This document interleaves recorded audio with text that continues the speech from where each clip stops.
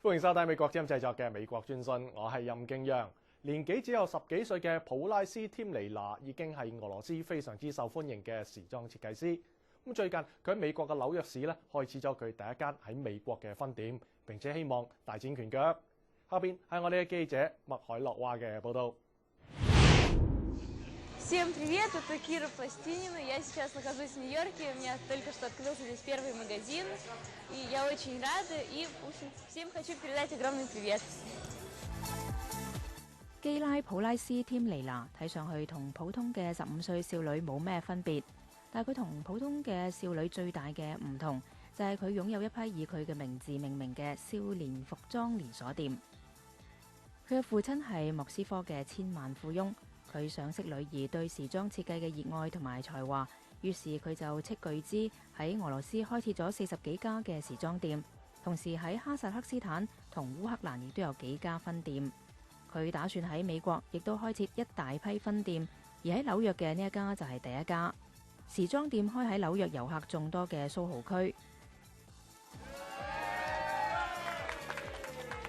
咁佢嘅夢想係點樣開始嘅呢？ I always loved to draw and I always loved to design. And when I was little, my parents would be like, Kira, what are you doing? And I'll be like, I'm doing my homework. And then they'll be like, are you really? Like, well, actually, I'm drawing. I travel a lot, and a lot of my inspiration I get from just walking in the streets and seeing fashionable women on the streets.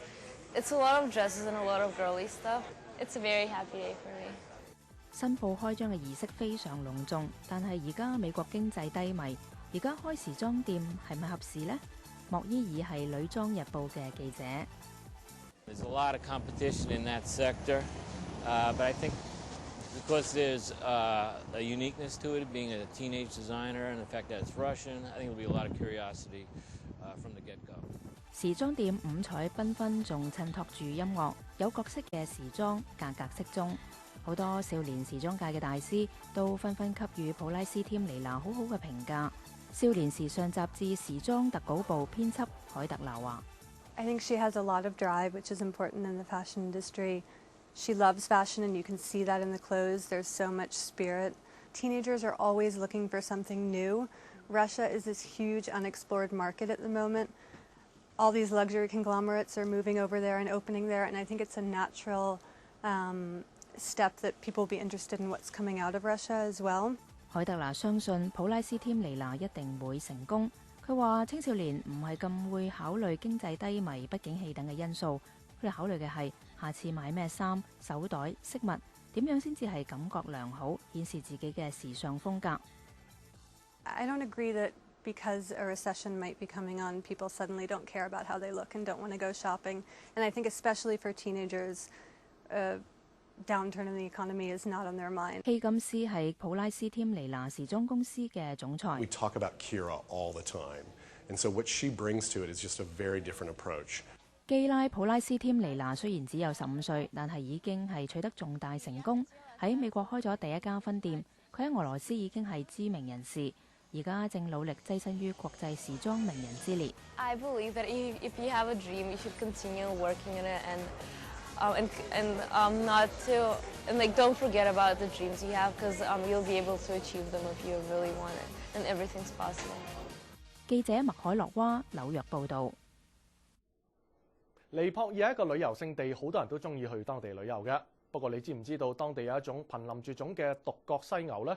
咁而家尼泊爾政府就同一個非牟利組織，希望聯手去挽救呢一種瀕臨絕種動物。下邊係我哋嘅記者細斯科嘅報導。喺尼泊爾南部，軍人喺草原上騎住大笨象巡邏，佢哋正肩負重任，全力保護當地嘅獨角犀牛。呢一種大型哺乳類動物近年因被過度捕獵而瀕臨絕種邊緣嘅。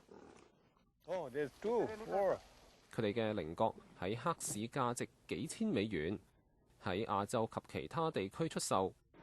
好多人都相信稜角被磨成粉狀之後，能夠增強性慾，有藥效功能。威廉姆斯係世界自然基金會嘅生態學家。I could understand if rhinos had life-saving properties, right? That they died to save somebody's life, but they don't. 目前當局正緊急動員打擊非法捕獵，拯救獨角犀牛。獨角犀牛頭腦簡單，視力差，好容易遭到非法捕獵。2日前，一頭獨角犀牛喺期旺國家公園遇害，呢啲就係殘骸啦。公園管理員已經從不法獵人手中沒收咗數以百計嘅犀牛角。呢一名男子正喺度坐緊監㗎，刑期係15年。佢話佢以前賣一條犀牛角就可以得到$300。尼泊爾政府表示，打擊非法捕獵卓有成效。呢一度嘅獨角犀牛已經比去年增加咗36頭。保羅西斯科嘅報導。